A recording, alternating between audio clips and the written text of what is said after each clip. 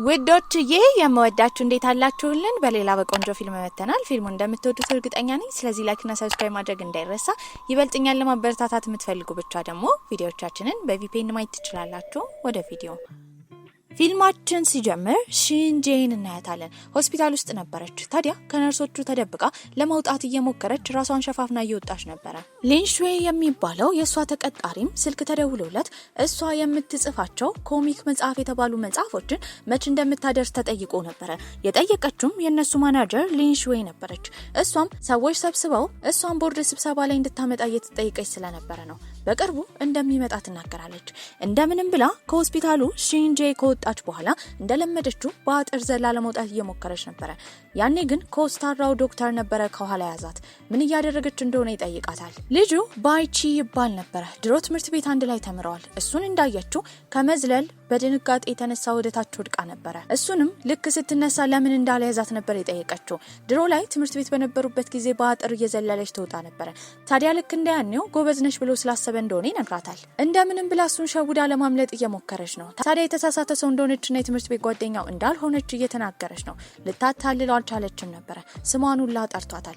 እንዴት እንዳስታወሳት ግራ ተጋብታ ነበረ። እሷም ለድርጅቱ ማድረስ ያለባት እቃ እንዳለና ግድ መሄድ እንዳለባት እየነገረችው ነው። እንደዛ ከሆነ አብሯት መሄድ እንደሚፈልግ ይነግራታል። የእሱ ጓደኛ ሉቲየን ደግሞ መኪና ውስጥ ገብተው ሲሄዱ አይቷቸው ነበረ። በዚህም ደውሎ ለሴት ብሎ የሱን ቀጠሮ እንደተወ ይጠይቋል። እሷም ይሄንን ስትሰማ አፍራ ነበረ። ታዲያ ወደ ድርጅቱ በደረሰችበት ጊዜ ተላላኪዋ ቼንሚን ልብስ አዘጋጅቶላት ነበረ። እሷም ልብሷን ትቀያየራለች። ውጪ ሆኖ አሁንም ዶክተሩ ባይቼ እየጠበቃት ነበረ። ውስጥ ገብታ ፕሮግራሟን ነበር የጨረሰችው። ከጓደኛዋ ጋርም ሆና ወደ ውጭ ይወጣሉ። ታዲያ እሱም ወደ ሆስፒታል ሊወስዳት ተዘጋጅቶ ነበረ። እንደምንም ብላ ሸውዳው ግን የሆስፒታሉን ገንዘብ ቼንሚን እንዲከፍል በማድረግ እሷ ከጓደኛዋ ጋር ቀርታ ነበረ። ጓደኛዋ ሊንሹዌ እሱን እንዳየችው አውቃው ነበረ። ታዲያ የድሮ ፍቅረኛዋን የመጀመሪያዋን ማግኘት ስሜቱ እንዴት እንደሆነ ነበር የጠየቀቻት። እሷም ደንግጣ እንደነበረ ትናገራለች። ታዲያ እሷን ስራዋ ምን እንደሆነ በጠየቃት ሰዓት ግን ትክክለኛ ማንነቷን አልተናገረችም። ሺንጄ የምትባለው ታዋቂዋ መጽሐፍ ጻፊ እንደሆነች በሚያውቅበት ጊዜ ባይቺ ተገርመው ነበረ። በዚህም ቼንሚን አስፈላጊ በሚሆንበት ሰዓት ለሱ እንደሚደውል በመናገር ስልኩን ተቀብሎታል። ባይቼ ሆስፒታል ውስጥ በነበረበት ጊዜ አንዲት ልጅ ካልወጣው ብላ እያስቸገረች እንደሆነ ይሰማና እሷ ጋር ይሄዳል። እሷም የሺንጄ አድናቂ እንደሆነችና የእሷን የስዕል ትምህርት መታደም እንደምፈልግ ነበር የተናገረችው። ይህንን የሰማው ባይቼ እሷ እዚህ ሆና እንድትታከም በእሷ ፋንታ ሄዶ ስዕሉን እንደሚማርላት እንዲሁም የልጅቷን ፊርማ እንደሚያመጣላት ነበር ቃል ይገባላት። ጓደኛውም ያንን መጽሐፍ ይዞ ባየበት ጊዜ እያሾፈበት ነው። ለሱ ምንም መናገር አልፈለገም። ታዲያ መጽሐፉን ቁጭ ብሎ በሚያነብበት ጊዜ እነሱ ሃይስኩል በነበሩበት ሰዓት ያሳለፉትን የፍቅር ጊዜ እሷ በመጽሐፍ አድርጋ ጽፋው ነበረ። ታዲያ ነገሩ ስለተሳካላትም ሺንጄ ከጓደኞቿ ጋር ሆና ክለብ ሄዳ መጠጥ እየጠጡ ነበረ። ቼንሚን እሷን ይንከባከባታል። በሌላ በኩል ደግሞ ቼንሚንን የምትወደው ከሱ ትልቅ ፍቅር ያላት ልጅ ከሩቅ እየተመለከተችው ነበረ። እንደ አጋጣሚ ሆኖ ባይቼና ጓደኛው ወደዛ ይመጣሉ። በዚህም ሺንጄ ልክ እንዳየችው እየሮጠች ከዛ ቦታ ወስደው ነበረ። ጠዋትም የነቃችው እሱ ቤት ተኝታ ነው። ምን እንደተፈጠረ ለማስታወስ ብትሞክር ከብዷት ነበረ። አጠገቧ ስታየውም በጩኸት ነበር ያቀለጠችው። ታዲያ በሰከረችበት ሰዓት የተፈጠረውንም ስትጠይቀው እየጎተተች ወደዚህ እንዳመጣችውና ሌላ ነገር ሁላ ለማድረግ ፈልጋ እንደነበር ያሳውቃታል። እሷም በጣም ታፍራለች። ጓደኛዋም ደውላ የት እንደሆነች ነበር የጠየቀቻት። እሷም ልትነግራት አልፈለገችም። በሌላ በኩል የእሷ ጓደኛ ሊንሹዌ እራሱ ከእሱ ጓደኛ ሉቲየን ጋር አብረው ነበር ያደሩት። የስዕል ትምህርቷ ላይም በቀጣይ ቀን ለመማር መጥቶ ነበረ። በተደጋጋሚ ጥያቄ እየጠየቀ እጁን እየመራች ስዕል እንድታስለው ሁላ ይጠይቃት ነበረ። ከዛ እንዲወጣ ብትፈልግም ሴቶቹ ተማሪዎች ግን ቆንጆ ስለሆነ እንዲቆይ ስለፈለጉ ልታባረረው አልቻለችም። ምሳ አንድ ላይ በወጡበትም ጊዜ አጠገቧ ቁጭ ብሎ ሲያወራት ምግብ ሁላ መብላት ከብዷት ነበረ። ሴቶቹም እንደሚተዋወቁ ይጠይቋቸዋል። እሱም የተናገረው የትምህርት ቤት ጓደኛሞች እንደነበሩ ነው። እሷን ቤቷ ሆና የሱን ሶሻል ሚዲያ ቼክ ስታደርግ ሃይስኩል ላይ የተነሱትን ፎቶ አሁንም አላጠፋውም ነበረ። በቀጣይ ቀንም ድጋሚ ስዕሉን ለመማር ነበር ሄደው የቤት ስራ ተሰጥቷቸው እሷ ስትሮጥ ሃይስኩል ላይ የነበራትን ስዕል ነበረ በካርቱን አድርጎ የሳላት። እዛው ክፍል ውስጥ በነበሩበት ጊዜ ግን እንደ ድንገት በር ይዘጋባቸዋል። እሱ ደግሞ አጣዳፊ ሰርጀሪ ነበረው። በዚህም ዘላ መስኮቱ ላይ ወጣ ልትከፍትለት ነበር ያሰበችው። በዛ ሰዓት ግን እሱ ያቅፋታል። የነገራት ነገር መቼም ቢሆን ለሱ ብላ ራሷን አደጋ ላይ እንዳትጥል ነበረ። ሉቲየንና ጓደኛው ባይቺም አንድ ላይ በነበሩበት ጊዜ የተናገረው ኮንሰርቱ ላይ ክለብ ውስጥ ተገናኝተው አብረው ካደሯት ሴት ሉቲየን ፍቅር እንደያዘው እየተናገረ ነው። ነገር ግን ስሟ ሊንሹዌ እንኳን እንደሆነ አያውቅም ነበር። እንደ ድንገትም የግሩፕ ቴክስት ላይ ባይቺ ያየው ሺንጂ እንደታመመች የሚያሳይ ቴክስት ነበር። ወደ ማህፀን ሐኪሞች ቢሮ እንዲሄድና እዛ ስራ እንዲሰራ ነበር የነገረው። እንደ አጋጣሚ ሆኖ ደግሞ ለመመርመር ሊንሹዌ እዛ መታ ነበር። የያዘችውን ወረቀት በማየትም ወዲያው እርጉዝ እንደሆነችና ልጁ የሱ እንደሆነ ነበር ያሰበው። በዚህም የአባትነት ሚናውን ለመወጣት ለጓደኛው ባይቺ ካማከረው በኋላ ሊንሹዌ የሺንጂ ጓደኛ ስለሆነች እሷ እንድታናግራት ለማድረግ ፈልጎ ነበር። በዚህም በሱ ስልክ ቴክስት ካደረጉላት በኋላ ሺንጂ ትመጣለች። ሁለቱ ቁጭ ብለው ሲያወሩ አሁን ሊንሹዌ የሱ ልጅ ስላረገዘች እሷን የማግባት ፍላጎት እንዳለው በመናገር ወረቀቱ ላይ ስሟንና አድራሿን እንድትሞላ ነበር ሺንጂ የተጠየቀችው። እሷ ግን ያለ ፍቃዷ እምቢ ትላለች። በመቀጠልም እነሱ ጋር የመጣው ባይቺ ነበር። የሰርጋቸውን ነገር ለማዘጋጀትም ተልእኮ የተሰጣቸው ሺንጂና ባይቺ ነበሩ። ሁለቱ አንድ ላይ ወደ ሙሽራ ቀሚስ መሸጫ ከሄዱ በኋላ ቀሚስ ይገዛሉ። ከዛም በወጡበት ጊዜ አንድ ሰውዬ ራሱን ስቶ ነበር። ዶክተር የሆነው ባይቺ ቀርቦ የመጀመሪያ እርዳታ ካደረገለት በኋላ አምቡላንስ ተጠርቶ ይሄዳል። እሷ ግን በዛ ሰዓት ድሮ መንገድ ላይ እየወደቀች ወደ ሆስፒታል የምትወሰድበትን ጊዜ እያስታወሰች በጣም ፈርታ ነበር። እሱም አቅፎ ያረጋጋታል። ወደ ቤት ከሸኛትን በኋላ እንቅልፍ እስኪወስዳት ድረስ ቤት መቆየት እንደሚፈልግ በመናገር ወደ ውስጥ ገብቶ ነበር። ያኔ የመጣችው የእሷ ጓደኛ ሊንሹዌ ነበረች። እንድታየው ስላልፈለገች መኝታ ቤቷ ውስጥ ነበር የደበቀችው። ታዲያ ግን ሊንሹዌ ቀላል ሴት አልነበረችም። ልክ እንደገባች የወንድ ጫማ ታያለች። ታዲያ ለምን የወንድ ጫማ እዛ እንዳለ ስትጠይቃትም ሺንጂ የመለሰችው ምናልባት እሷ ብቻዋን ስለምትኖር ሰዎች ሊያጠቋት ከሞከሩ ወንድ ልጅ እንደሚኖር ለማሳየት እንደሆነ ትናገራለች። በመቀጠልም ልብሷን አውላልቃ እሷ ክፍል ልትገባ ስትል እዛ እንዳትገባ አድርጋት ነበረ። ሁለቱም ቁጭ ብለው ምግብ ይመገባሉ። በዚህ አጋጣሚ ወሬ ሲያወሩ የነበረው ሺንጂን ስለሚወዳት ፋይናንስ ውስጥ ስለሚሰራው ሰውዬ ነበረ። ታዲያ እሷ ክፍል ውስጥ ሆኖ የነበረው ባይቺ ደግሞ ይህንን ሰምቶ ነበር። ታዲያ ጓደኛዋን በመቀጠል መኝታ ቤቱን ለመፈተሽ ነበር ያሰበችው። በዛ ሰዓት ሄዳ ብርድ ልብሱን ስትገልጠው ሺንጂ ራሱ ደንግጣ ነበረ። ነገር ግን እሱ በቦታው አልነበረም። ሁለቱ ቁጭ ብለው ምግብ ይመገቡ ጀመረ። ያኔ ወሬ እያወሩ ነው። ሁለቱ ቁጭ ብለው በመቀጠል መጠጥ ይጠጡ ጀመረ። ጓደኛዋም ስክር ትልላታለች። ወደ ክፍሏን በመግባት እሱን ስትፈልገው የተደበቀው ሻንጣ ውስጥ ነበረ። እሱም ስለ የትኛው ወንድ እያወሩ እንደሆነ ጠይቋት ነበረ። ምንም መልስ አልሰጣችውም። ታዲያ ሌሊቱን ሙሉ ስለሱ እያለመች ነበረ ጠዋት የነቃችው። ጓደኛውም መልእክት ልካላታለች። ታዲያ እሱ የት ይሆናል ብላ ደንግጣ በምታይበት ጊዜ ጫማውን ትቶ ነበር ከቤት ሄደው። ለጓደኛውም የሚሆን ባህላዊ የሙሽራ ቀሚስ ለሴቷ እንዲሰጣት ተዘጋጅቶ ነበር። ታዲያ ያን ቀን ባይቺ ስዕል ከሚማሩ ጓደኞቹ ጋር ዝግጅት አዘጋጅቶ ነበር። እሱም ጉዞ ነው። እዛ ጉዞ ላይ ሺንጂ ሳታቅ ነበር የመጣችው። በዚህም ግን ፀሐይ ሲነካት ሎፔስ የተባለ በሽታ ስላለባት ቆዳዋ ስለሚበላሽ ስትመጣ ሙሉ ለሙሉ ፊቷን ሸፍና ነበር። መቀመጫ ያለው አንድ ቦታ ነው፣ እሱም ከባይቺ አጠገብ። ሆን ብሎ ይህንን ነገር እንዳዘጋጀ እርግጠኛ ነበረች። በመቀጠልም ትንሽ ተራራ ከወጡ በኋላ ወደ ሌላ ቦታ እንዲሄዱ ተማሪዎቹን ምልክት ይሰጣቸዋል። ሁለቱ ብቻቸውን ይቀራሉ። ሉቲየንም ሄዶ ሊንሹዌን አግቢን ብሎ ለመጠየቅ ጋርዶቹን ላሰብስቦ ነበር ሄደው። እሷ ግን በቦታው አልነበረችም። የነበረችው እቃ ለማሻሻጥ ስትሞክር ሰዎች እምቢ ብለዋት ነበረ። ያኔ እሱ ይሄድላታል። በዚህም ሰዎቹን በማስፈራራት እንዲሸጥላት አድርጎ ነበረ። ሁሉንም እቃ እሱ ነበረ ሲያጓጉዝላት የነበረው። ተራራውንም በሚወጥበት ጊዜ እሷ በጣም ደክሟት ነበረ። አዝሎ ነበር የወሰዳት። ነገር ግን አቅጣጫ ተሳስተው የሆነ ቦታ ነበር የተገኙት። እዛ ቦታ ሃይ ስኩል በነበሩበት ጊዜ እንደመጡ እያስታወሰች ነበረ። እሱም ሲናገር የነበረው ያኔ ከ8 ዓመት በፊት ጥላው ብትሄድም እስካሁን እንዳረሳትና አብሯት መሆን እንደሚፈልግ፣ በዚህም ፍቅረኛው እንድትሆን ይጠይቃታል። እሷ ግን ባለፉት ዓመታት ውስጥ ብዙ ነገር ስለተቀየረ በቀላሉ እሺ ልትለው አልፈለገችም ነበረ። መልሷንም ከመመለሷ በፊት አጠገባቸው ርችት ሲፈነዳ ነበረ። አመሻሽ ላይም እሱ ምግብ ከሰራ በኋላ ቁጭ ብለው ይመገባሉ። በተደጋጋሚ በጣም የሚያስፈሩ ታሪኮችን እየነገራት ነበረ። መጀመሪያዎቹ ላይ አልፈራችም። ነገር ግን ወሬው በቀጠለ ቁጥር ፈርታ እሱን ሁላ አቅፋው ነበረ።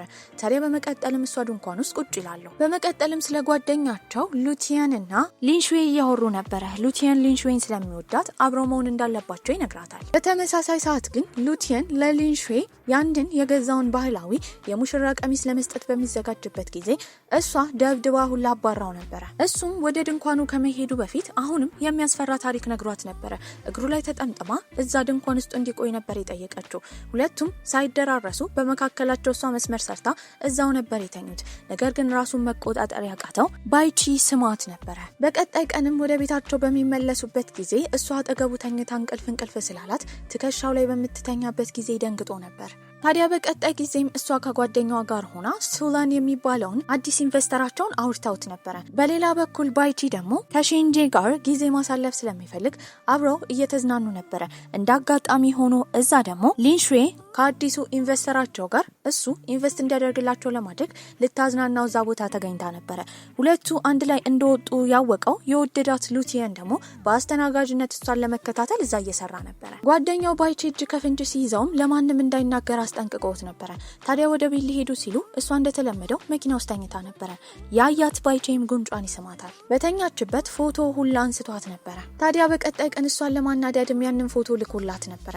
እሷ ግን አሁን ሰውነቷ ውስጥ ሉፐስ የተባለው በሽታ እየተሰራጨ ስለሆነ እየደከመች ነበረ። አሁንም ግን ለባይቺ ስለ በሽታው አልነገረችውም። ዛሬ ስራ ነበራት። በዚህም ግን ባይቺ እንዲገናኙ ቀጥሯት ነበረ። እሱን ረስታ ከስራ ባልደረባ ቺንሜ ጋር እየሰራች በነበረበት ጊዜ ጓደኛዋ ሊንሼ ነበረች ያስታወሰቻት። አላርም ሞልታ ቢሆንም የእሷ ስራ ባልደረባ ቺንሜን ግን ስለሚወዳት አላርሙን አጥፍቶባት ነበረ ስለ ቀጠሮ የረሳቸው። እየሮጠችም እሱ ጋር ትሄዳለች። ሬስቶራንቱ እስኪዘጋ ድረስ እስከ ምሽት ቆሞ እየጠበቃት ነበረ። ስትመጣ ግን ደስ ይለዋል። ብዙ ከመሮጧ የተነሳ ግን ስታገኘው ራሷን ልትስት ነበረ። ወዲያ ወደ ሆስፒታል ይወስዳታል። የእሷ ጓደኛ መታ ነበረ። በዚህም በሱ በጣም ተናዳበታለች። ከ8 ዓመት በፊት እሷ ያጋጠማትን ነገር ሳያቅ ያኔ ሊያገኛት እንዳልሞከረ እየተናገረች ነበረ። ታዲያ ያኔ ያጋጠማትን ታሪክ ትናገራለች። ይህም ድሮ ላይ ሉፐስ የተባለውን በሽታ እንዳለባት ካወቀች በኋላ ነበረ ከሱ መራቅ የሞከረችው። እሱም በበኩሉ ከሷ የራቀበት ምክንያት ነበረው። ሙሉ ሌሊቱን ሲንከባከባት ነበረ። እሷም ራሷን ከሳተችበት በምትነቃ ጊዜ አጠገቧ ቁጭ እንዳለ ስትረዳ ህመሟን እንዳወቀባት ታውቃለች። እሷ ሆስፒታል ስለተኛችም ባይቺ ከቤቷ የሚያስፈልጋትን እቃ ይዞላት መጥቶ ነበረ። በተመሳሳይ ሁኔታ ደግሞ ቺንሜ ያስፈልጋታል ብሎ ያሰበውን እቃ ይዞ በሚመጣበት ጊዜ ባይቺ ቀድሞ እንዳመጣ ሲሰማ ይናደዳል። ሁለቱ እንዲለያዩ ለማድረግም ለሺንጄ የነገራት ነገር ባይቺ የሚያያት እንደ ታካሚ ብቻ ስለሆነ ብዙም ከሱ ጋር ለማሳለፍ እንዳትሞክር ነበረ። ይህንን ስትሰማ ትጠራጠር ጀመር። ከዛም ቺንሜ ከወጣ በኋላ እሱን የምትወደውና የምትከታተለውን ቲያንቺንግ የተባለችውን ሴት ነበር ያገኛት። ያን ቀን ምሽት ሺንጄ ተኝታ በነበረበት ሰዓት እሱ ሲመጣ ተናዳ ነበረ። ልክ እንደ ታካሚ ብቻ እንደሚያያት ትጠይቀዋለች። ለማውራትም ውጪ ወክ ያደርጉ ጀመረ። እንደ ታካሚ ስለተንከባከባትም ታመሰግነዋለች። እሱ ግን ለሱ ከታካሚ በላይ እንደሆነች ነበር የነገራት። ይህንን ቃል ስትሰማ ደስ ይላታል። ልብ ውስጥም ዘላለም እንደምትቀር በሚያሳውቃት ጊዜ በንዴት የተበላሸ የቆሰለ ቆዳዋን ታሳየው ጀመረ። ይሄ ሉፐስ የተባለው በሽታ የጎንዮሽ ጉዳት ነበረ። ታዲያ እሱም ይህንን ካየ በኋላ ምንም አልደነገጠም። እሷም በቁጣ ስትናገር የነበረው ይህንን ካየ በኋላ አሁንስ እንደሚወዳት የትኛው ወንድ እንዲህ አይነት ጉዳት ያለባትን ሴት እንደሚወድ ነበረ ስትጠይቀው የነበረው። እሱም ካቀፋት በኋላ ስለሱ የምታወራ ከሆነ ምንም ችግር እንደሌለበት ነበር ያሳወቃት። በቀጣይ ቀንም ባይቺ ተቃውሞ እንደቀረበበት ነበር የሰማው። ወደ ዳይሬክተሩ ቢሮ በሄደበትም ጊዜ የአንድ ታካሚ ሪፖርት ማስገባት ቢኖርበትም እስካሁን አላስገባም ነበረ። ታዲያ እሱም ታካሚው ለመታከም ፈቃደኛ ስላልሆነ ሪፖርቱን እንዳላስገባ ይናገራል። ይሄ ነገር ግን ትልቅ ቅጣት እሱ ላይ እንዲፈጸም የሚያደርግ ስራ ነበረ።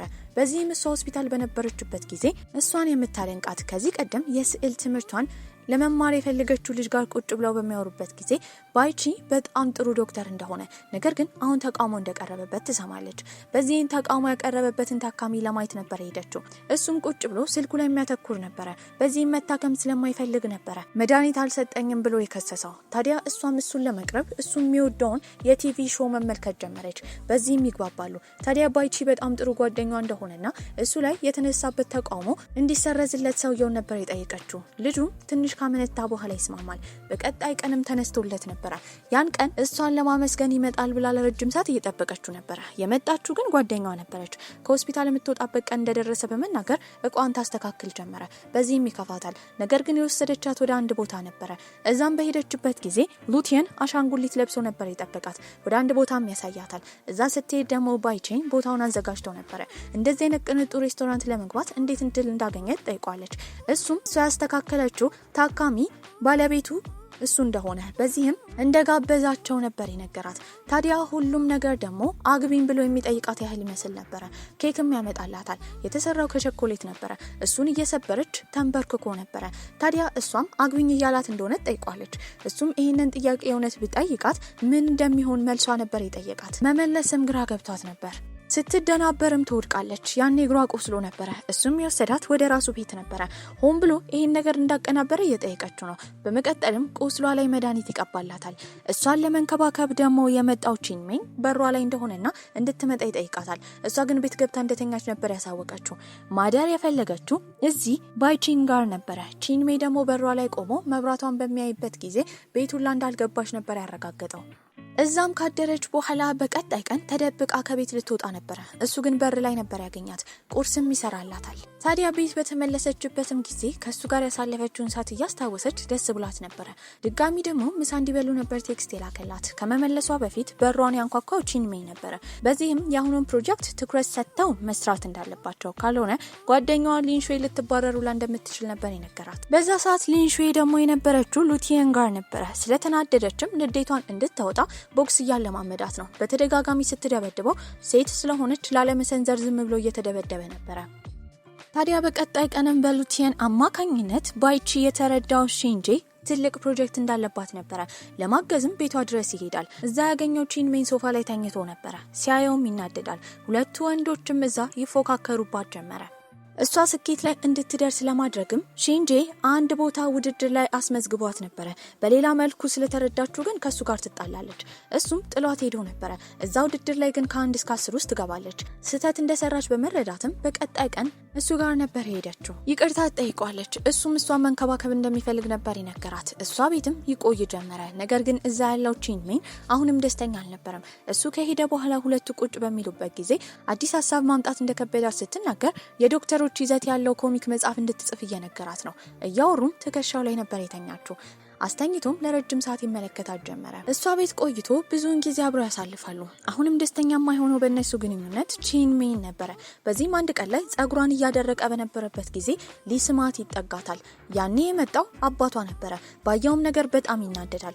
እሱንም አረጋግታ ሁለቱን ታስተዋውቃቸዋለች። ቺንሜንም አባትየው እነሱ ጋር እንደመጣ በሰማበት ጊዜ ደስ ብሎት ነበረ። ምክንያቱም ሁለቱ ብቻቸውን ሆነው ጊዜ እንዳያሳልፉ ለማድረግ ሆን ብሎ አባትየውን የጠራው እሱ ነበረ። እራትም አንድ ላይ ለመብላት አስበው ነበረ። በዚህም ምን እንብላ ተባብለው አባትና ልጅ ይጨቃጨቁ ጀመረ። ያኔ ባይቺ ሀሳብ ያመጣል። ሁለቱ ወጥተው እንደሚገዙና አባትየው ቤት እንዲቆይ ነበረ። ገዝተው በሚመጡበት ጊዜ አባትየው ቦታውን አቀይሮ ነበር የጠበቃት። በዚህም በንዴት ትቃጠላለች። ቺንጂ በአባቷ በጣም የምትናደድበት ምክንያት ሁሌ እንደ ታማሚ ልጅ ነበር የሚያያት።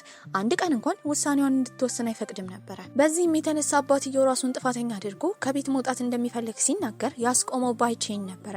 በዚህም አባትየው ጥፋቱ ከገባው በኋላ ደግሞ ልጁን ይቅርታ ለመጠየቅ ሲሞክር እሷ ይቅርታ ልታደርግለት አልፈለገችም። እስራ ቤት ውስጥ እሷ በነበረችበት ጊዜ ቺንሜን ከባይቺን ጋር ባላት ግንኙነት እየቀና ስለሆነ አብረው ጊዜ እንዲያሳልፉ ለመጠየቅ ባሰበበት ጊዜ እሱን የምትወደው ቺንግ የተባለችው ልጅ ነበር የመጣችው። እዛ ስራ መስራት እንደምትፈልግም ትናገራለች። ከዛ ባሻገር ግን ከሱ አጠገብ መሆን እንደምትፈልግ ሳትደብቅ ነበር የተናገረችው። ይህንን የሰማችው ሺንጂ ተገርማ ነበረ። ታዲያ ግን እሱ እምቢ እንድትል ምልክት ቢሰጣትም እሷ እሺ ብላ የሙከራ ጊዜ ሰጣት ነበረ። ቿን ጊዜ ማሳለፍ የፈለገችው ሺንጂም ምግብ እየተመገበች በነበረበት ሰዓት ጓደኛዋን ለመደወል ታስባለች። በዚህም መታ አብረው እንዲበሉ ብትጠይቃትም እሷ ግን እንደማይመቻትና ከሉቲየን ጋር እንደሆነች ነበር የተናገረችው።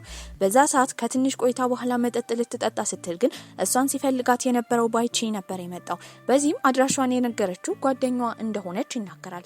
ታዲያ ቁጭ ብለው ምግብ ይመገቡ ጀመረ። በአባቷ እንደተናደደች እየጠየቃት ነው። ለሱም እየቀዳችለት መጠጥ እየጠጣ ነበረ። ያኔ ታሪኳን ትናገር ጀመረ። እናትና አባቴ በጣም ይፋቀሩ ነበረ። ፍቅርን የማየው በእነሱ ነው። ነገር ግን እናቴ ልክ እንደኔ በሉፔስ በሽታ ከተጠቃች በኋላ ጸባይ ይቀያየር ጀመረ። ሁሌ ቁጡ ናት፣ ሁሌ ተናዳጅ ናት። እንደምንም ብሎ ግን አባቴ ይችላት ነበረ። ያኔ የፍቅራቸውን ጽናት እመለከታለሁ። ነገር ግን የሆነ ጊዜ ላይ እናቴ ሞተች። ታዲያ ትኩረት ከኔ ላይ ተነሳ። ማንም ሰው የሌለኝ ያህል ነበር የተሰማኝ። ለመጨረሻ ጊዜ እንኳን እናቴን አልተሰናበትኳትም። በዚህም ግን አንድ ቀን ላይ ጥሩ ውጤት ስላመጣው ለአባቴ ለማሳየት ጓጉቼ እየሮጥኩኝ በሚሄድበት ሰዓት ሌላ ፍቅረኛ ይዟል። በቃ እናቴ ከሞተች ብዙ ጊዜ እንኳን አላስቆጠረም ነበረ። ፍቅራቸው ይሄ ነው? ራሴን ጠየቅኩት። ማንም ሰው እንደማይወደኝ ነበር ያሰብኩት። ከዛ ጊዜ በኋላ በፍቅር ተስፋ ቆረጥኩኝ። በቃ ከጊዜ በኋላ ፍቅር ይጠፋል። ይሄንን ታሪኳን እየተናገረች አዝኖ እየተመለከታት ነበረ። መጠጥ ላይ ሲጠጣ ስለነበረ ግን ያኔ ስቅስቅ ብሎ ያለቅስ ጀመረ። እሷ በፍቅር ካላመነች እሱ ምን ሊሆን እንደሆነ እየጠየቃት ነው። እያረጋጋች ዝም እንዲል ነበር የነገረችው። ታዲያ ግን በቀጣይ ቀን የነቃው ከአባቱ አጠገብ ተኝቶ ነበረ። የተፈጠረው የተፈጠረውን ነገር በተደጋጋሚ ለማስታወስ ቢሞክርም ሊያስታውስ አልቻለም ነበር። እሷም እያየችው እየሳቀች ነበር። ታዲያ ቁጭ ባሉበት ጊዜ ሲጠይቃትም የተፈጠረውን ትነግሯለች። ስቅስቅ ብሎ እንዳለቀሰ፣ ሬስቶራንት ውስጥ ያሉ ሰዎች እንደሳቁበት፣ ቤት በመጣ ጊዜ ራሱ አባትየውን ሲያየው አባትየው እግር ላይ ተንበርክኮ እያለቀሰ ልጃቸው በፍቅር እንድታምን እንዲያደርግ ሲጠይቅ እንደነበረ ነበር የነገረችው። በዚህም በራሱ ያፍር ጀመረ። በዚህም አባትየው ጋር የገነባው ማንነት እንደፈረሰ ያህል ስለተሰማው ጠዋት ላይ ሲገናኙ ወዲያው አባትየውን ሰላም ብሎ ወደ ስራው ነበር ሄደው። እሷም አባቷ ጋር ቁጭ ብላ ብዙ እንደለፋላት እስከዛሬ ስላልተረዳችሁ ግን ይቅርታ ጠይቋለች። ወደ ቤት መሄድ ስላለበትም ወደ ኤርፖርት እንደሚሄድ እየነገራት ነበረ። በዚህም ግን አባትየው ከመሄዱ በፊት ባይቺን እንደምትወደው ነበር የጠየቃት። እሷም እንደምትወደው ትናገራለች። ቺንሚንም በጣም ተጨንቆ ለሷ ነበር የደወለላት። ጂያ የተባለችው የሁሉም ማናጀር በጣም እንደተናደደችና አዲስ የቀረበላቸውን ኮንትራት እንዳልተፈራረሙ እንዳወቀችባቸው ነበር ሲናገር የነበረው። ስራው በተሳካ ሁኔታ ካልተጠናቀቀ ደግሞ የሷ ጓደኛ ሊንሺው ነበረች የምትባረረው። በዚህም የተባለው ቀበጥ ሰውዬ ጋር ነበር የሄደችው። ሰውየው ከነሱ ጋር መፈራረም ቢኖርበትም አክት የሚያደርገው ግን ሁሉንም ሰው እንደሚጸየፍ ነበረ። ይባስ ብሎ እሷን እንኳን እጇን ለመጨበጥ ፈቃደኛ አልነበረም። በዚህም ተናዳ ሰውየው ላይ ጮሃበት ነበረ። ታዲያ እሷም ከአቶ ሱላን ጋር ምንም ችግር እንደሌላት፣ አቶ ሱላን አብራቸው ኮንትራት ለመፈራረም ቢፈልግም የሱ ወንድም ግን እንዳልተስማማ ነበር የደረሱበት። እሷም ምን ማድረግ እንዳለባት ግራ ገብቷታል። ይህንን የሰማው ባይቺ ነገሩን በተሳካ ሁኔታ እንደምትወጣው እየነገራት ነበረ። ቤትም ራሷን እንድታረጋጋ ማሳጅ ያደርጋት ነበረ። በቀጣይ ቀንም ሱላንን ለማግኘት የሄዱት ሁለቱ ሴቶች ነበሩ። ዳርና ዳር ሆነው መሀል አድርገው እሱን ቁጭ ብለው ነበረ። በዚህም ኮንትራቱ ላይ መፈራረም ያልፈለገው እሱ እንዳልሆነና ወንድሙ እንደሆነ እንዳወቁበት እየነገሩት ነበረ። ሶስቱ ቁጭ ብለው እንዴት ብለው ወንድምየው ማሳመን እንደሚችሉ ይነጋገሩ ጀመር። በሌላ በኩል ባይቺና ሉቲየን በሚያወሩበት ጊዜ እነሱ ላይ የተፈጠረው ችግር ምን እንደሆነ ባይቺ እየጠየቀ ነው። በዚህም አቶ ሱሙ የሚባል ሰውዬ እንዳለና እሱ አብራቸው ኮንትራት መፈረም እንደማይፈልግ እንደተናገረ ያሳውቃል። ባይቺ በሚያስታውስበት ጊዜ አባቱ ከዚህ ቀደም የአቶ ሱሙን አባት ሰርጀሪ ስላደረጉለት ሁለቱ እንደሚተዋወቁ ነበር ያስታወሰው። በዚህም ከአቶ ሱሙ ጋር እንድትገናኝ ቀጠሮ ማስያዝ ችለው ነበረ። ባይቺን ቤት በሄደበት ሰዓት ሰርፕራይዝ እንዳለ ይነግራታል። በቀጣይ ቀንም ባይቺን ለማግኘት ሉቲያን በሄደበት ሰዓት እንዴት ታካሚዎቹን እንደሚንከባከብ አይቶ ነበረ። በጣም ኮስታራ ነው። እሱ የሚስቀው ሺንጂ ጋር ብቻ ነበረ። ይህንን ያየው ሉቲያን የሷ ፕሮጀክት ችግር በሚፈታበት ሰዓት ቶሎ ብሎ አግቢን ብሎ መጠየቅ እንዳለበት ይነግረዋል። ሰርፕራይዙንም ለማግኘት ወደ ቀጠሮ ቦታ ሁለቱ ሴቶች እየተጠበቁ ነበር። ነገር ግን አርፍደዋል። አቶ ሱሙም ሊወጣ እንደሆነ የተረዳው ባይቺ እሱ ጋር ሄዶ ስለ ፕሮጀክቱ እያሳወቀው ነበር። ሰውየው ግን ሲናገር የነበረው ሌላ ፕሮጀክት ስለመረጡ ምንም ተስፋ እንደሌላቸው ነበር። ቁጭ ብሎ ይለምነው ጀመረ። ሴቶቹ በሰዓቱ በደረሱበት ጊዜ እሱን ለመታወቅ ወደ ውስጥ ይገባሉ። አቶ ሱሙ ግን በአሁን ጊዜ ያሉ ሰዓሊዎች ሆነ መጽሐፍ ጸሐፊዎች ጥቅም እንደሌላቸው ይናገር ነበር። ይህንን የሰማችው ሊንሹዌ ለመሳደብ ብትዘጋጅም ያስቆመቻት ሺንጂ ነበረች። እሷም እውቀት የሚመጣው በጊዜ ሂደት ስለሆነ ጥሩ የሆነ ስራ እንደሚሰሩ እየተናገረች ነበር። ምንም ብትናገር ግን ሰውየው ፈቃደኛ አልነበረም። ጥሏቸው ይሄዳል። በዚህም እሷ አዝና በነበረበት ጊዜ ሊንሹዌ አዲስ ሀሳብ አምጥታ ነበረ። እሱም የሰውየውን ወንድም ሱላንን መጠቀም ነበረ። እሱ እንዲያናግረው በማሳወቅም ወንድሙን ሄዶ ይለምነው ጀመረ። ታዲያ ለሱም በማዘን ሲናገር የነበረው የመጨረሻ እድል እንደሚሰጣትና አዲስ ስራ ሰርታ እንድታመጣ ነበረ። ታዲያ ይህንን ዜና በሰሙበት ጊዜ ሺንጂ በጣም ደስ ብሏት ነበረ። እነ ሊንሹዌን ከዛ ከሄዱ በኋላ ሉቲየን ከመሄዱ በፊት ፍቅረኛ ይሁኝ ብሎ ዛሬ እንዲጠይቃት ባይቺን አበረታቶት ነበረ። ታዲያ መጀመሪያ ወደ ተለያዩ ቦታዎች ነበር የወሰዳት፣ ያዝናናት ጀመረ። ይህንን የሚያደርገው የሆነ ነገር ለመጠየቅ እንደሆነ ገብቷታል። ነገር ግን መልስ ለመመለስ አሁንም ፈቃደኛ አልነበረችም። በሌላ በኩል እነ ሉቲየን አሁንም ቦክስ እየተለማመዱ ነበረ። ቁጭ ብለው ምግብ በሚመገቡበት ጊዜ እሷ ትኩስ ምግብ እየበላች ስቅ እያላት ነበረ። ለማስደንገጥም ይስማታል። በሌላ በኩል ባይቺን ደግሞ ለመጠየቅ ፈራ ተባ እያለ ነበረ። እሷ ግን ቀድማ ፍቅረኛዋ እንደሆነ ትናገራለች። በዚህም በጣም ደስ ይለዋል። አብረው ጊዜ እንዳያሳልፉ ግን እንደ ድንገት ስልክ ስለተደወለለት ቶሎ መሄድ ነበረበት። ምሽት ድረስ እየጠበቀችው ነው። ታዲያ ሲመጣም ለምን እንዳመሸ ስትጠይቀው ከዚህ የተሻለ ሌላ ስራ እንደነበረውና እሱን ትቶ እንደመጣ ነበር የነገራት። ታዲያ ሺንጂም በቀጣይ ቀን ወደ ስራ ስትሄድ እንደተለመደው የስራ ባልደረቦቿን እያበረታታች አዲስ ስራ መስራት እንዳለባቸውና አቶ ሱሙ ሊቀበላቸው እንደሚገባ እያነገረቻቸው ነበረ። ታዲያ ስራ ላይ የነበሩት ቲያንቺንግና ቺንሚንም ቲያንቺንግ በቻለችው መጠን እሱን ለማዋራት ትሞክር ነበረ። ታዲያ ቁጭ ብላ ስዕል ስትስል የምትስለው እሱን ነው። በዚህም ስትጠራው ስትጠራው ደግሞ የስዕሉን ስም ሚን ብላ ነበር። ለምን በቅጽል ስም እንደምትጠራው ይጠይቃታል። በዛ ሰዓት ያስታወሰው ከዚህ ቀደም ቺንጄ በስሟ ስትጠራ እንደማትወድና እሱ ብቻ አለቃ ብሎ እንደሚጠራት ነበር። ስራቸውንም ሰርተው ለአቶ ሱሙና ለቦርዱ አቅርባው ነበር። ውሳኔ ባይወሰንበትም ተወዶላቸው ነበር። እነሱም አንድ ላይ ወጥተው ይመገቡ ጀመር። አቶ ሱለንም ቺንጂን ካያት ጊዜ ጀምሮ ወዷት ነበር። ሁለቱ አንድ ላይ ቢሰሩና ትልቅ ስኬት ላይ እንደሚደርሱ እየነገራት ነበር። በዚህ ነገር ደግሞ ቺንሚ በጣም እየተናደደ ነው። እሱ መናደዱን ደግሞ የምትወደው ቲያንቺንግ እያየችው ነበር። ታዲያ ሁለቱ እንዲቀራረቡ እንኳን አልፈለገችም። ምግባቸውን ጨርሰው በወጡበትም ጊዜ ቺንሚን ቤት ድረስ ሺንጂን ሸኝቷት ነበር። ታዲያ መጨረሻ ላይ ግን እንደሚወዳት ይነግራታል። እሷ ግን አብራው መሆን እንደማትችል ነበር የነገረችው። ስሜቱን ላለመጉዳት ብትሞክርም ተጎድቶ ነበር። ታዲያ በጣም ከፍቶት በሚሄድበት ሰዓት ስትከታተለው የነበረችው ቲያንቺንግ እንዳይጎዳ እየጠበቀችው ነው። በሰከረበትም ጊዜ ኳላ እያለች ነበር። ታዲያ እሱ እንዳያት ግን እንዳትከታተለውና እንደማይወዳት አስረግጦ ይነግራታል። በቀጣይ ቀንም ባይቼን ስራ ነበረው። ነገር ግን በጣም ናፍቋታል። ምናልባት ሴቶች ይከቡታል ብላ በማሰብ ወደ ሆስፒታል በምትሄድበት ጊዜ ሴቶች ሁሉ ወሬያቸው ስለሱ ነበር። ታዲያ በሄደበት ቦታ ድረስ ትከተለው ጀመረ። ፎቶ እያነሳችም እያየችው እንደሆነ ትነግሯለች። በዚህም እሱ ከሩቅ ነበር የተመለከታት። እየተከታተለችው እንደሆነ ሲጠይቃትም ሰዎች የሚከታተሉት እንዳዘዘች ነበር የተናገረችው። ከሴቶቹ ጋር ሲያወራ በቅናት እየተቃጠለች ነው። ነገር ግን እጅ ከፍንጅ ነበር የያዛት። ከዛም በኋላ አብረው ጊዜ ለማሳለፍና ለመጓዝ ያስባሉ። የተለያዩ ቦታዎች እየሄዱ እየተዝናኑ ነበር።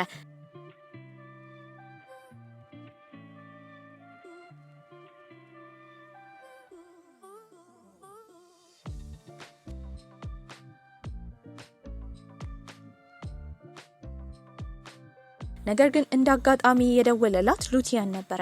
በዚህም ሊንሹዌን ሊያገኛት እንዳልቻለ ነበር የተናገረው። በመደናገጥም እየሮጠች ትሄዳለች። በሄደችበት ጊዜ እሷንና ቲያንቺንግን ያገኘቻቸው ቤቷ ነበር። በዚህም ቲያንቺንግ የምትሄድበት ቦታ ስለሌላት ለትንሽ ጊዜ እዚህ እንድትቆይ ነበር የጠየቀቻት። ሌላኛዋ ደግሞ ሊንሹዌ ነበረች።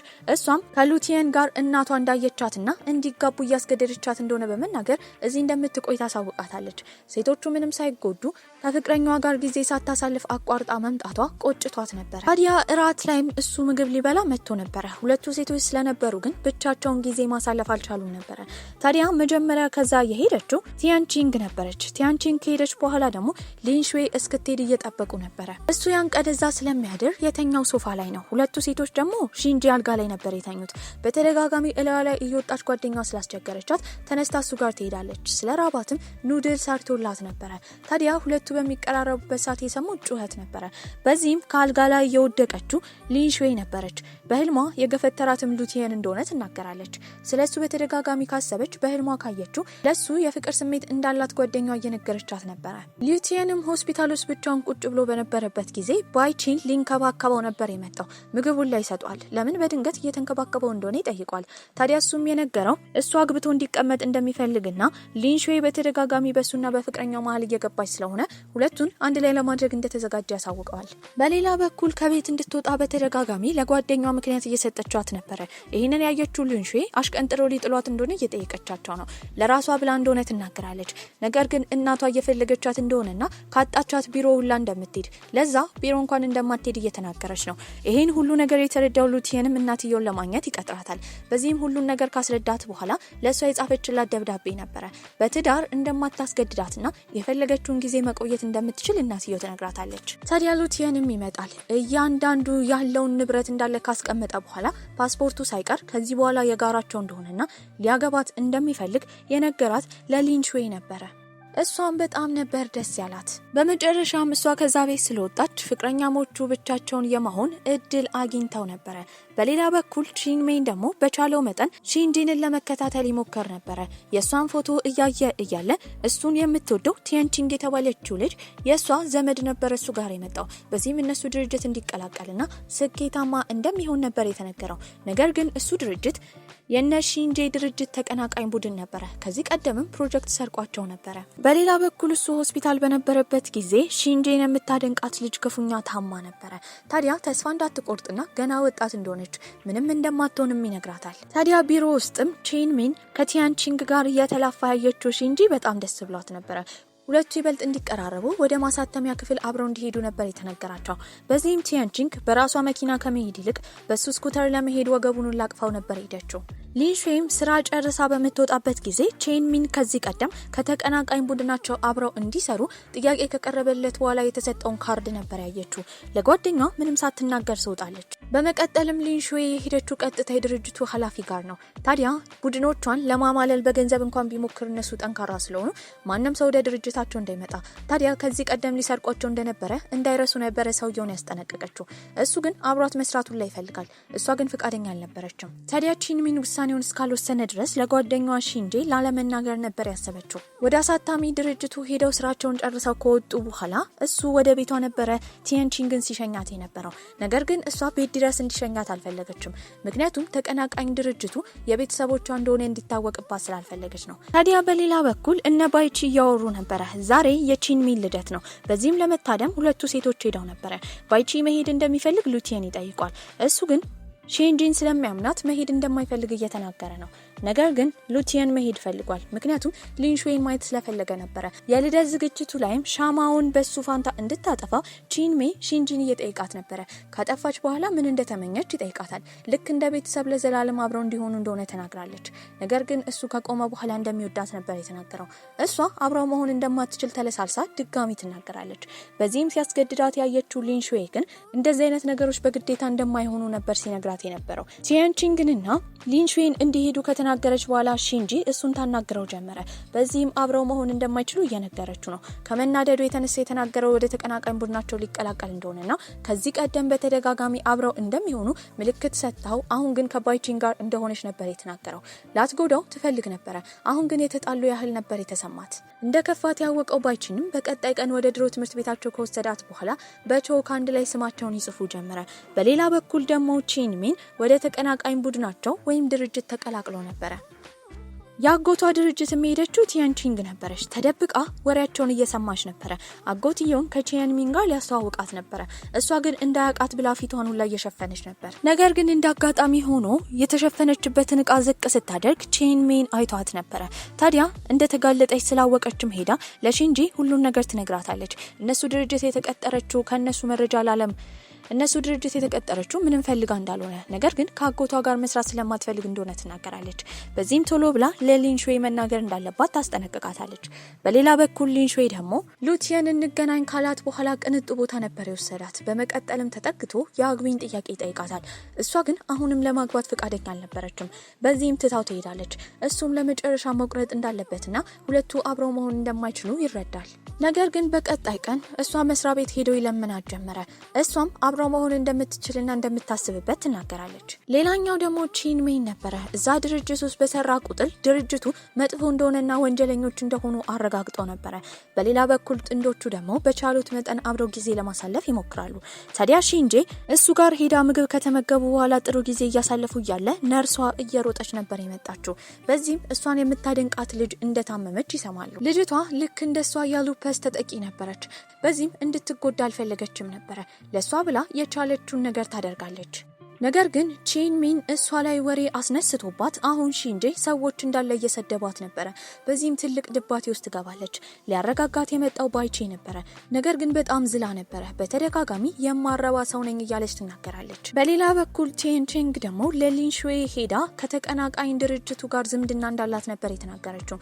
ነገር ግን ከድርጅታቸው ምንም እንዳላወጣች ቃል ትገባላታለች። ታዲያ ግን ሺንጄ ላይ ወሬ ያስነሳው ቼንሚን አልነበረም። ከሱ መረጃ በማወጣጣት የእሷ ተቀናቃኝ ቡድኖች ነበሩ ይሄንን ያደረጉት።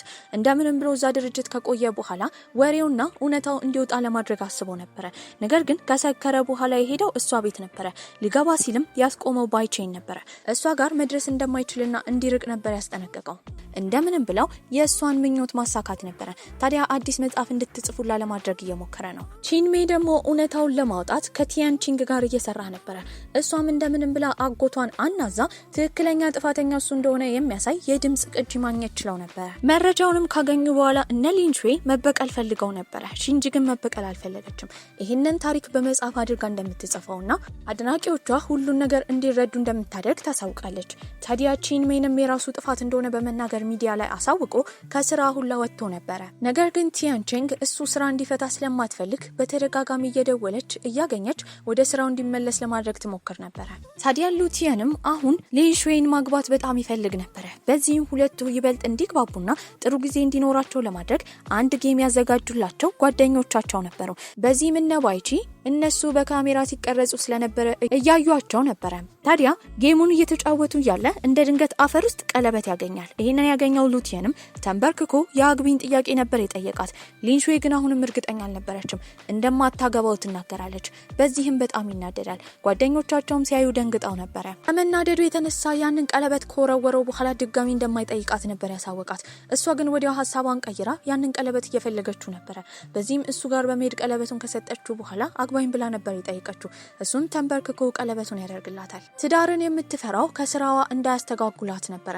ነገር ግን ስራዋ ላይ እንድትጠነክር እንደሚረዳት አሳምኗታል። ታዲያ ሆስፒታል ውስጥ ያለችው ልጅ ደግሞ ህመሟ እየተባባሰ ነበረ። ልክ እንደ ሺንጂ የሉፔስ ተጠቂ ስለሆነች ህመሟ እየተባባሰ እንደሆነ ለሷ እንኳን መናገር አልፈለገችም። በቻለችው መጠን እየቀረበቻት ግን ሺንጂ ታበረታታት ነበረ። ስለሷ በጣም ተጨንቃ ባይቺን ነበር የጠየቀችው። ታዲያ እንደሚሻላት ስትጠይቀው እሱ ግን እርግጠኛ እንዳልሆነና በጣም እየተባባሰ እንደሆነ በሽታው ይናገራል። ሁሉን ነገር እርግፍ አርገው የተዋውን ቲንሜንን ግን ብቻውን መተው ያልፈለገችው ቲያንቺንግ ነበረች። እየተጎዳችን ቢሆን እየተከታተለችው አዲሱ ስልክ ቁጥሩን እንዲሰጣት ታስገድደው ነበረ። ምንም ማድረግ ስለማይችልም ይሰጣታል። ነገር ግን ስለሰለቸው ታክሲ ውስጥ ካስገባት በኋላ ወደ ቤቷ እንድትሄድ እያስጠነቀቃት ነበረ። እሷም ታቅፏለች። አሁን ብትሄድም ግን መቼም ቢሆን ብቻውን እንደማትተው ነበር የነገረችው። ጊዜያቶች ባለፈው ቁጥር እየወደዳት ነበረ። ታዲያ ሺንጂም ዩኤቺ አሁን ጥሩ ጤንነት ላይ እንዳለች ባይቺ ከነገራት በኋላ ደስተኛ ነበረች። በቀጣይ ቀን አብረው ጊዜ እንደሚያሳልፉ ተቀጣጥረው ነበረ። ታዲያ ግን ያን ቀን ዩኤቺ የተባለችው ልጅ በጠና ስለታመመች እሷን ለማከም ወደ ሆስፒታል ብዙ ሰዓት ፈጅቶበት ነበረ። በዚህም ሕክምና ከተደረገላት በኋላ ግን ልጅቷ መዳን አልቻለችም። በጣም ከፍቶትም የደወለው ለሺንጂ ነበረ። እንዳልቻለ ሲነግራት ነገሩ ስለተገጣጠመላት እሷ ሞታለች ብላ እየሮጠች ልትሄድ ስትል ግን እንደ ድንገት መኪና ይገጫታል። ሆስፒታልም ትገባለች። ያከማትም ዶክተሮች መቼ እንደሚሻላት አያውቁም ነበረ። ምክንያቱም የሉፐስ ተጠቂ ነበረች። ታዲያ ባይቺም እንደምንም ብሎ አጠገቧ ለመሆን ቢሞክርም ገና ለገና አልድልም ብላ በማሰብ ግን ከሱ ጋር መሆን እንደማትፈልግ ነበር የነገረችው። በቃላቶቿ ትጎዳው ነበረ። ሐኪሞችም አሁን አጥንቶቿ እየሳሱ ስለሆነ እንዴት ማከም እንዳለባቸው ሁላ አላወቁም ነበር። እሷም ይበልጥ በጣም ንዴታም እየሆነች ነው። ምንም ልታርቀው ብትሞክር ግን በእሷ ተስፋ መቁረጥ ስላልፈለገ የወደፊታቸውን ልክ እሷ እንደምትስለው አኒሜሽን አድርጎ ከሳለ በኋላ እንዲያሳትሙለት ለነ ሊንሹዌ ነበር የሰጣቸው። ከታተመም በኋላ መጽሐፉ ለሷ ይሰጣታል። በምታይበት ጊዜ ምን ያህል እንደሚወዳት ነበር የተረዳችው። ያደረገችው ነገር ጥፋት እንደሆነ ይገባታል። እሷም ኦፕራሲዮን ይደረግላታል። ኦፕራሲዮኑም በተሳካ ሁኔታ ነበር ያበቃው። ራሷን ከሳተችበት ስትነቃ እሱ ፊት ለፊቷ ነበረ። ቀስ በቀስ እየተሻላት ነው። ታዲያ እሷም ከዳነች በኋላ እነ ሊንሹዌ ሊጋቡ ስለሆነ ሰርጓ ሊደርስ ሲል ሴቶቹ ጥሩ ጊዜ እያሳለፉ ነበረ። እንደ ድንገትም ሊንሹዌ ራሷን ትስታለች። ከሆስፒታል በምትነቃበት ጊዜ ከጓደኞቿ እየሰማችው እርጉዝ እንደሆነች ነበረ። ሉቲየንም ለጓደኛው ባይቺ ሲናገር የነበረው አሁን በሷ እርግዝና አማካኝነት ሰርጋቸው ስለተራዘመ ባይቺ ቀድሞ ማግባት እንዳለበትና ሺንጂን አግቢን ብሎ እንዲጠይቅ ነበር ያሳወቀው። ሺንጂም ስለ ሰርጋቸው ታስብ ነበረ። ነገር ግን አግቢን ብሎ ስላልጠየቃት ምንም ማድረግ አትችልም።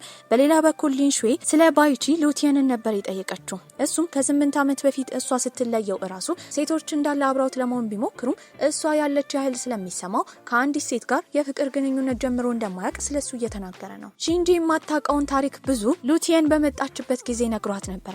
ታዲያ እሷን ባይቺንን ባገኘችው ጊዜ ውጪ ተምሮ ከመጣ በኋላ ለምን ሀገር ውስጥ መስራት እንደፈለገ ትጠይቀዋለች። እሱም እሷ ያለችበት ቦታ መኖር እንደሚፈልግ ነበር የነገራት። እሷም የጥፋተኝነት ስሜት ነበር የተሰማት። ብዙ ጊዜ ህመም እንደፈጠረችበት ትነግሯለች። እሱ ግን ህመሙ እንደማይሰማውና እሷ ስላለችለትና ፍቅሩን ስላገኘ ደስተኛ እንደሆነ ይነግራታል። ታዲያ በቀጣይ ጊዜም እሷ እንደ ታካሚ ሆና እሱ ጋር ትሄዳለች። የሉፐስ ተጠቂ የሆኑ ሰዎች ማግባት እንደሚችሉ ነበር የጠየቀችው።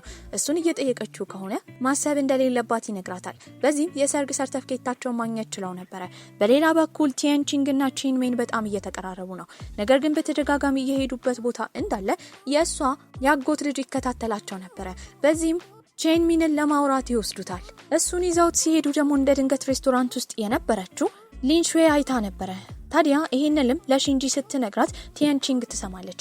እየሮጠችም የሄደችው አጎቷ ጋር ነበረ። በጩኸትም ሁለቱም ማለየት እንደማይችሉ እሷ ቼንሚንን በጣም እንደምትወደው እየተናገረች ነበረ። አጎትየውን በመገረም ቅድም ስላወሩት ነገር ቼንሚን እንዲናገር ነበር ያዘዘው። በዚህም እሷን እንደሚወዳት እንደተናገረና አጎትየው እንደፈቀደላቸው ያሳውቃታል። ሁለቱም ፍቅረኛሞች ይሆናሉ። በሌላ በኩል የነ ባይቺ ሰርግ ስለደረሰ አባትየው መጥቶ ስጦታ ሰጥቷቸው ነበር። የሰርጋቸውን ቀን እየተቃረበ ስለሆነ ስጦታዎቹ እየገዙ ነው። ነው። በሌላ በኩል እነ ሉቲየን ደግሞ ልጃቸውን እየጠበቁ ነበረ። የሰርጉም ቀን እየደረሰ ስለሆነ ወንዶቹ ለብቻቸው ጊዜ ሲያሳልፉ፣ ሴቶቹም እንደዛው ጊዜ አሳልፈው ነበረ። የሰርጉ ቀን ሲደርስም በጣም ደስተኛ ነበሩ። ታዲያ በባህላቸው መሰረት የሷን ጫማ ፈልጎ ሙሽራው ማግኘት ነበረበት። ከብዙ ፍለጋ በኋላ ያገኛል። ሚስቱንም አቅፎ ይዟት ይሄዳል። በዚህም ሺንጄና ባይቺ መጋባት ችለው ነበረ። በዚህ አስተላለቅም ፊልማችን እዚህ ላይ ያበቃል። ደህና ቆዩልኝ።